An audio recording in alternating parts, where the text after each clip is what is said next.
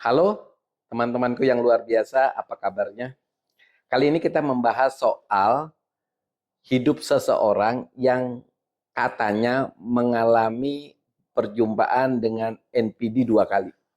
Pertama dengan ibu kandungnya, yang kedua dengan suaminya. Dia punya cerita bahwa dia mengalami suatu kondisi yang tidak menyenangkan waktu kecil karena ibunya NPD. Lalu dia keluar dari dunia NPD, dalam ini dunia ibunya, kawin, menikah dengan seseorang yang ternyata pasangan hidupnya juga NPD. Nah, teman-teman, kalau dokter sih melihat dari tulisannya ini, itu teman saya ini mengalami trauma pada saat dia masa kecil ya, karena mungkin ibunya memang NPD ya. Nah, seorang NPD itu memang biasanya ya, dia tidak punya empati termasuk kepada anaknya. Tapi anehnya, NPD itu biasanya memiliki anak prioritas atau anak primadona. Kalau dia punya anak 5, biasanya primadonanya 1. Karena seorang NPD menyadari suatu hari kelak dia tua, dia akan menopang atau hidup dengan anaknya. Makanya dia memilih satu anak sebagai primadonanya. Nah, ketika kita keluar dari dunia NPD, dalam hal ini dari orang tua, tiba-tiba kita menikah dan entah bagaimana ya, ibaratnya sudah jatuh ketipan tangga, ketemu lagi dengan orang NPD, pasangan hidup yang NPD. Tetapi teman saya, rekan saya kasih nasihat ya, jangan kita tiba-tiba menyimpulkan bahwa suami kita NPD. Karena apa? Karena kita sendiri sebenarnya mengalami trauma. Jadi teman saya ini pasti juga mengalami trauma karena perlakuan dari ibunya. Nah, trauma itu biasanya menimbulkan respon terhadap diri kita. Ya, responnya tuh seperti ini. Karena kita melihat bahwa ibu kita itu kalau suaranya, ciri-cirinya suaranya keras gitu ya. Kemudian tingkah lakunya begini gitu ya.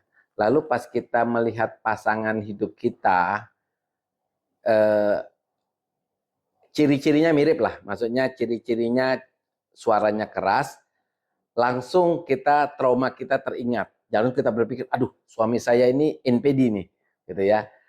Padahal tidak, gitu ya. Sehingga kita langsung mengambil kesimpulan bahwa, aduh suami saya ini NPD. Ketika kita melakukan penilaian atau menarik kesimpulan bahwa suami kita NPD, maka perasaan kita itu akan sama, ya. Perasaan kita ke ibu kita ya seperti rasa takut, rasa kecewa itu akan tertransfer juga ke suami kita. Jadi sebelum suami kita berbicara, karena mindset kita sudah bahwa suami kita NPD, maka yang terjadi adalah bentrok, saling marah, dan akhirnya rumah tangga nggak jadi akur gitu ya. Jadi teman saya kalau misalnya berhadapan dengan suami, jangan terlalu cepat menyimpulkan bahwa suami kita NPD. Jangan ya. Ya, jangan-jangan kamu mengalami yang namanya trauma pada waktu dengan orang tua karena orang tua NPD. Sama seperti inilah. Seorang wanita pacaran ini, pacaran dengan seorang laki-laki, laki-lakinya ini gombal banget gitu ya, memberikan harapan-harapan palsu, tetapi kita percaya banget bahwa laki-laki ini baik. Lalu suatu ketika entah bagaimana sudah terlanjur cinta banget ini sama si laki-laki ini, tiba-tiba laki-laki ini memutuskan, hilang begitu saja. Akhirnya kita merasa takut, aduh jangan-jangan semua laki-laki seperti itu. Lalu kita pacaran lagi 1 kali, ketemu lagi laki-laki yang mungkin ya, yang mungkin caranya bicara atau gombalnya itu mirip dengan mantan kita sebelumnya. Langsung kita menarik kesimpulan, aduh ini saya ketemu laki-laki yang sama dengan pacar saya pertama. Orangnya gombal, nanti suatu hari dia akan mutusin saya. Kalau kita sudah punya persepsi demikian, maka apapun yang dilakukan oleh pacar kita kedua, kita akan mempersepsikan sama dengan yang pertama. Nah, inilah pentingnya jangan suka menggeneralisasi semua masalah.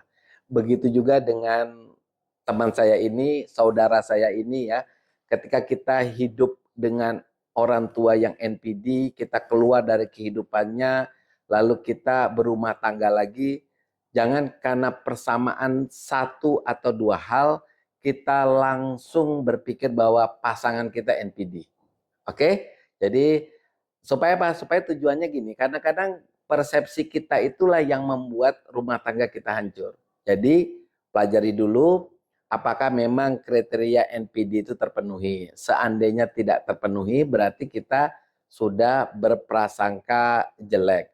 Kita perbaiki dulu rumah tangga kita supaya kita dengan suami kita, dengan anak-anak kita bisa menjadi jauh lebih bagus ya, kembali rukun, berpikir positif dengan suami dan mengharap suami juga berpikir positif dengan kamu, oke? Tetap semangat ya. Bye.